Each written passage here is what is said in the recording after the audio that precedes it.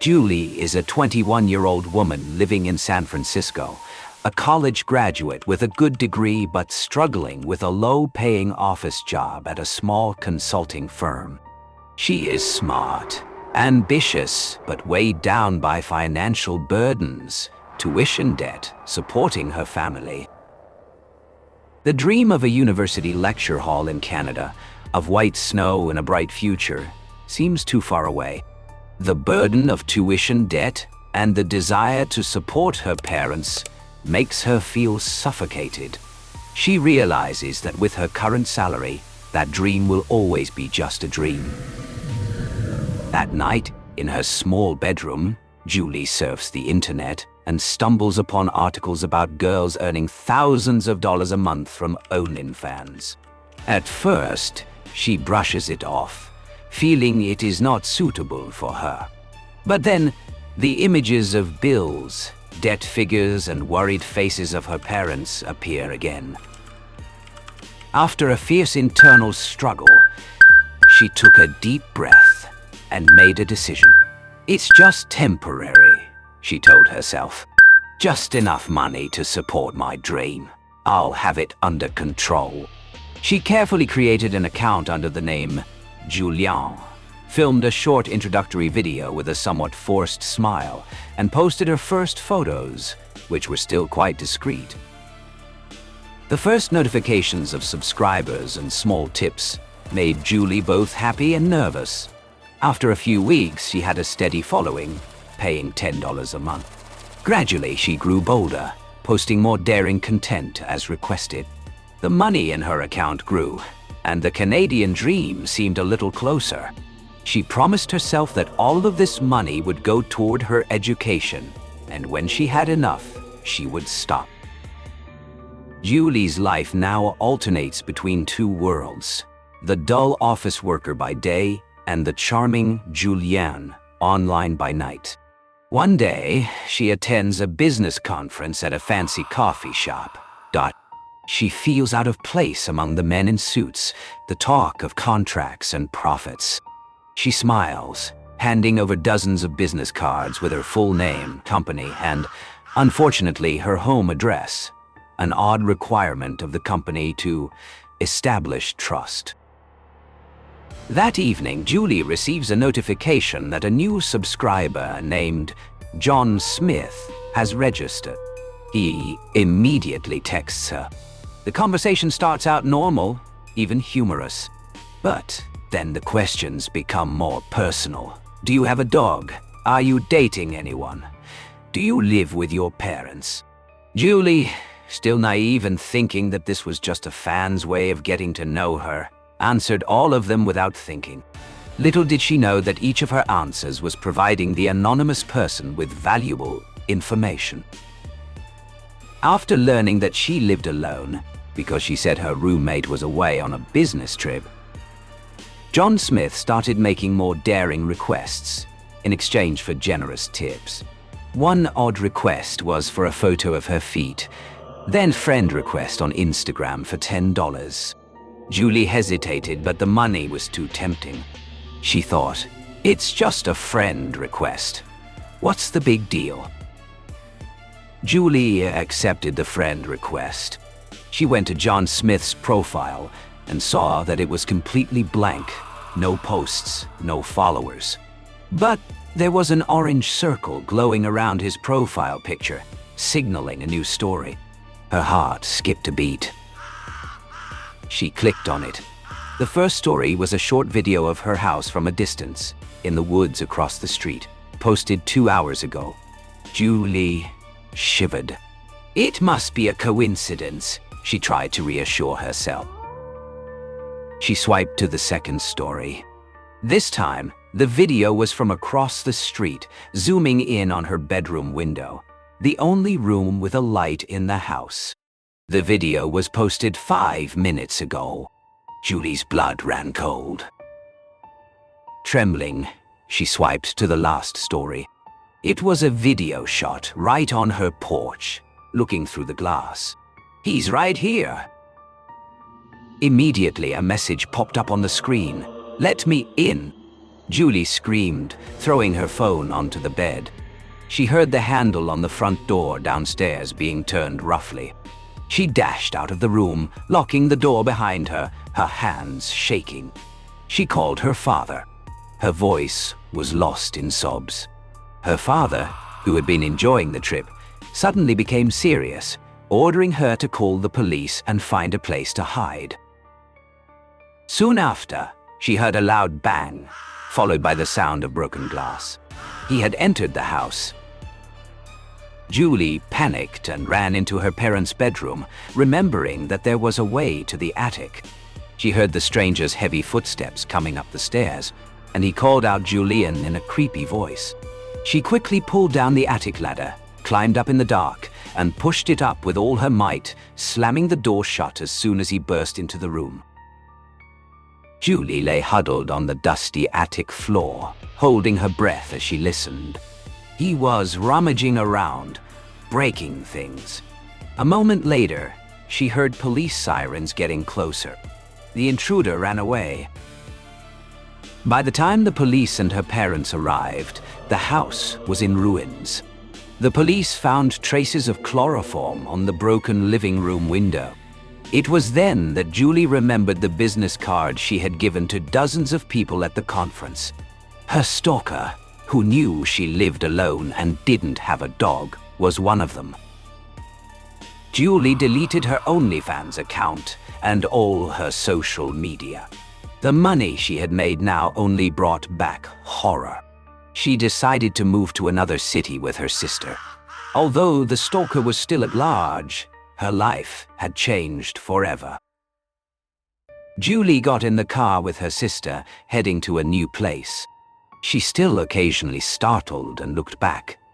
The haunting image of the faceless man in the blue shirt still there. A bitter reminder of the price she paid for her dream.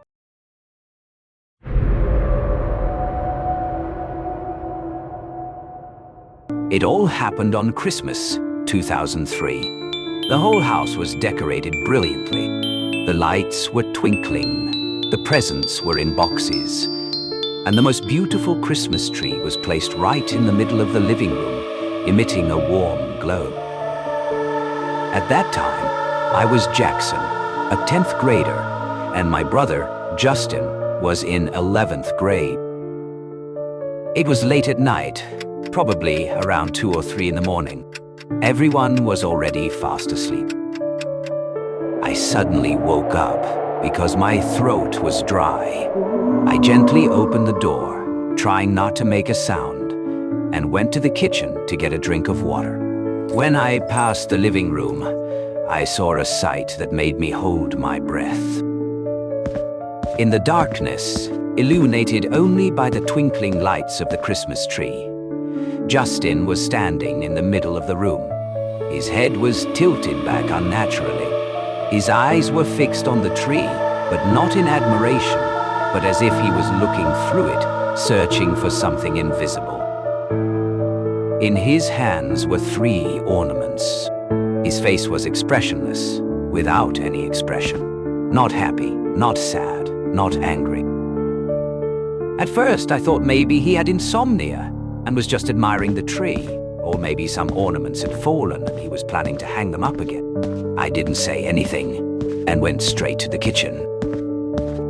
As soon as I turned on the faucet, a dry crack sound came from the living room. The tree shook slightly. My heart pounded.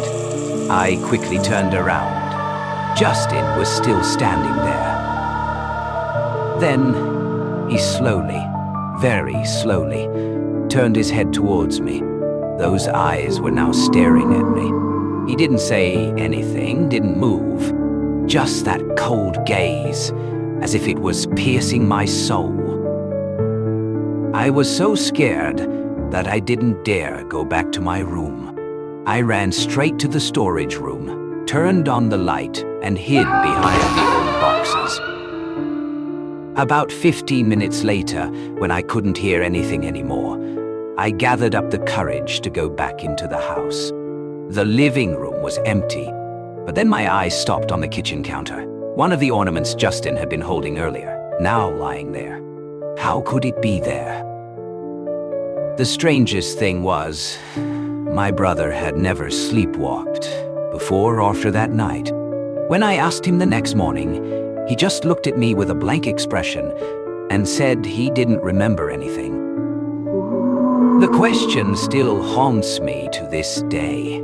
If he was really asleep, then how did he know I was there and turn to look at me? And if he was awake, then who was that person standing in the living room that night?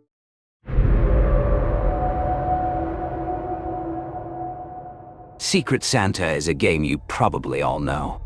At the tech company where I work, we play it every Christmas. That year, my secret gift was given to me by Mark, a quiet and somewhat eccentric guy in the company. I have a rather secret hobby, collecting limited edition video game character figures. I have never told anyone at the company about it. There was one particular figure that I had been looking for months, but could not find. On the day of the gift giving, I was shocked. Mark had given me the exact figure I was looking for. When I asked him how he knew, he just smiled sheepishly and said it was a lucky guess. But my instincts told me something was wrong. That evening, I checked the gift box again. When I turned the figure over, I saw something horrifying. Inside the head of the model was a tiny spy camera, and its indicator light was still flashing.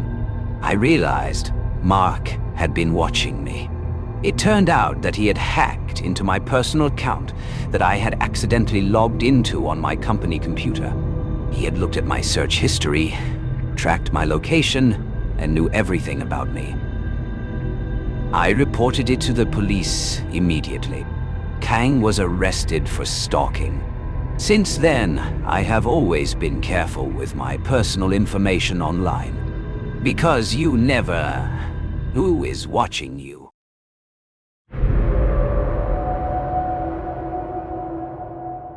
This happened a few years ago when I was still living with my parents. It was the days leading up to Christmas. My parents had to visit relatives in the countryside, and I was home alone.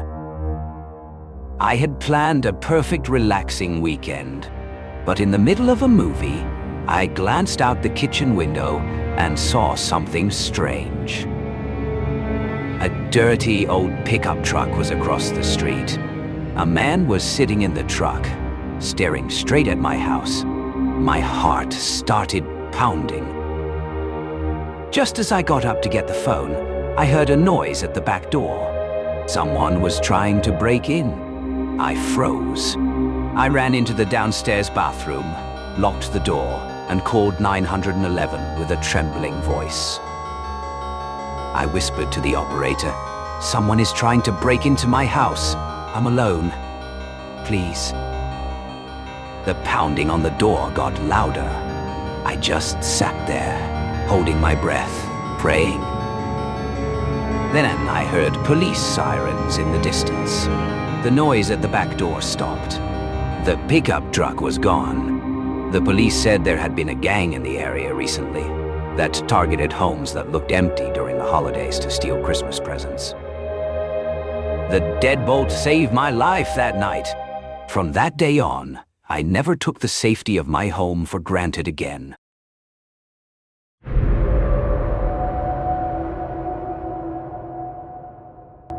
The pizza delivery man who scared him. This happened 5 years ago when I was 15. I was having a sleepover with friends during winter break. It was raining and the thunder was even louder than usual. I invited 5 of my closest friends. We had known each other since we were kids. Henry's uncle, Eric, came to watch us because my parents were on vacation and wouldn't be back for a few days. My 2 bulldogs were home too. Uncle Eric was a fun and easygoing guy, but not a pushover. He was professionally trained in martial arts and even trained MMA fighters. Everyone arrived that afternoon. I don't remember the exact time, but it was already pretty dark. Eric ordered pizza for everyone, and we decided to watch a horror movie. Honestly, it was the perfect night for such a movie. The stormy weather created a special atmosphere. Halfway through the movie, the doorbell rang. We assumed it was the pizza delivery guy, and Uncle Eric opened the door. He looked through the peephole and saw the delivery guy. He was about 6 feet tall, with a strange, unsettling expression. Uncle Eric said the guy gave him an immediate sense of unease. He opened the door, and the man handed him the pizza. There was no word, just a long, creepy smile. Uncle Eric paid and quickly slammed the door shut. We put that aside and continued watching the movie. When it ended, it was almost midnight. We all decided to sleep together in the large living room upstairs. Robert and I slept on the bed. The others spread sleeping bags on the floor.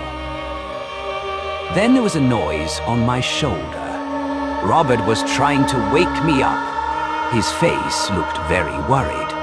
He whispered, "Did you hear that?" There was a knock on the window. At first, I thought it was thunder, but then Robert leaned in and said, "I think someone's trying to get in." My heart started pounding. We stared at the window, unmoving. The knocking stopped. Then a dark figure appeared just behind the glass. The person was wearing a black or gray hoodie.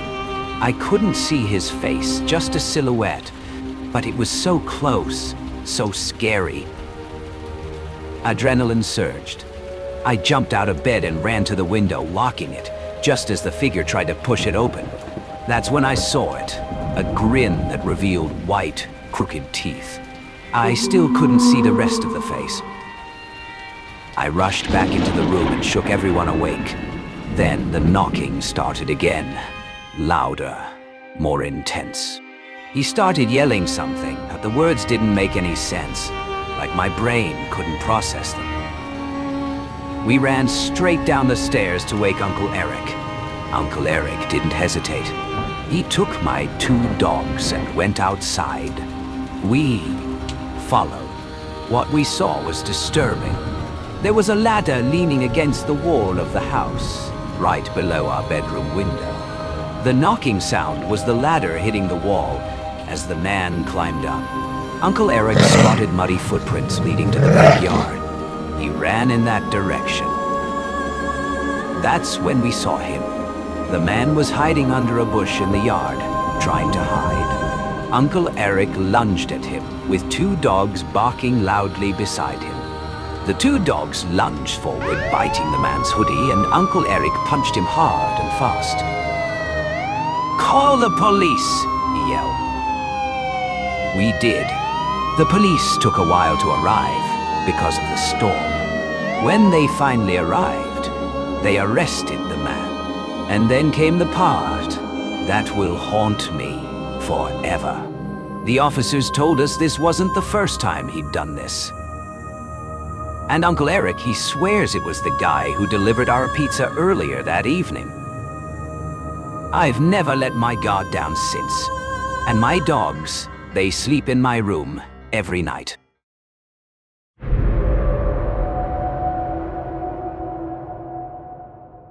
Hi, my name is Andy. I come from a country in West Africa, and I have a horror story that happened when I was 6 years old. Back then, I lived in a small apartment with my parents. It was a quiet building, and I had no friends to play with. There were no kids my age around, so my parents hired a babysitter to take care of me when they were busy. One day, I told the babysitter that I wanted to go outside the building to play. She agreed, and we went outside together. Right next to my apartment building was a small house made entirely of wood. And that's where I saw them, a group of kids playing right outside the wooden house. I was so excited and asked the babysitter if I could join them. She said yes. So I ran over and started playing with them. They were a little older than me, and I remember that they were all siblings. At one point, the oldest girl in the group said that she had to cook. I was curious and asked, "Can I help you?" She smiled and said, "Sure." Then she told me to go and collect some small rocks and some big rocks. I didn't ask any questions, I just did it. She brought out a big pot, put it on the stove, and started putting the rocks I had collected into the pot. At first, I was confused. I wondered, what's going on? She covered the pot and waited. After a few minutes, she opened it. And that's when I saw it. Inside the pot were rice and meat, cooked, hot, ready to eat. The same pot that had been full of rocks a few minutes ago. I was shocked, but also amazed. I didn't understand how she could turn rocks into food. I remember thinking that it must be some kind of black magic. Then she invited me to eat with her and her siblings. And I almost said yes. I was young, I was naive, and the food smelled delicious. But at that moment, my babysitter, who was sitting a short distance away, realized what was happening. She ran over and shouted, "Don't eat that!" She grabbed my hand and pulled me away. We walked straight home. She didn't say anything on the way home. She just looked scared. I'm 16 now, and I still think about that day. What kind of magic did those kids use? What would happen if I ate that food? Since that experience, I don't like eating at other people's houses, because I've seen firsthand that not all meals are what they seem.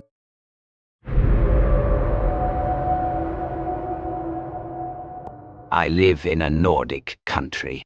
Back then, I used to go for walks late at night. It was a pretty safe area, or at least it used to be. But then things started to get worse. There was more violent crime, mostly gangs. However, if you just mind your own business, you usually don't have any problems. One night, around midnight, I was walking. Up ahead, I saw a tall apartment building. There were two men walking back and forth around it. I recognized the building. An old teacher of mine lived there. She must be in her 50s now. I found it a little strange to see the two men hanging around the building, but I didn't think much of it. Until I realized that their actions were unusual. They were tiptoeing, peeking through the windows of the apartments. One of them even picked up a branch and walked across the yard. That's when I realized they were about to break in. And I, by accident, had walked right into the middle of it. They had noticed me. They stopped, turned, and stared straight at me. My instincts told me to move fast. I turned left to get away from there. But this path wasn't much safer. It led past a school and an empty lawn, completely deserted, with no people, no hiding places. I glanced back. At first, the two men had gone in another direction. But when I turned the last corner before the school, I spotted them again, hiding behind a bush, watching me, waiting. There was no way they were there by accident. If they didn't have any intentions, they wouldn't have followed me like that. I was almost home by then. I did the only thing I could think of. I took off my coat, held it up high as a decoy, and ran calmly home. Nothing happened. They didn't chase me. But I know I was very lucky that night. If I hadn't turned left, if I had just kept walking straight into the dark, they probably would have robbed me. I still take night walks now, but only for 10-15 minutes, and always walk close to buildings where someone might see me, just to be on the safe side.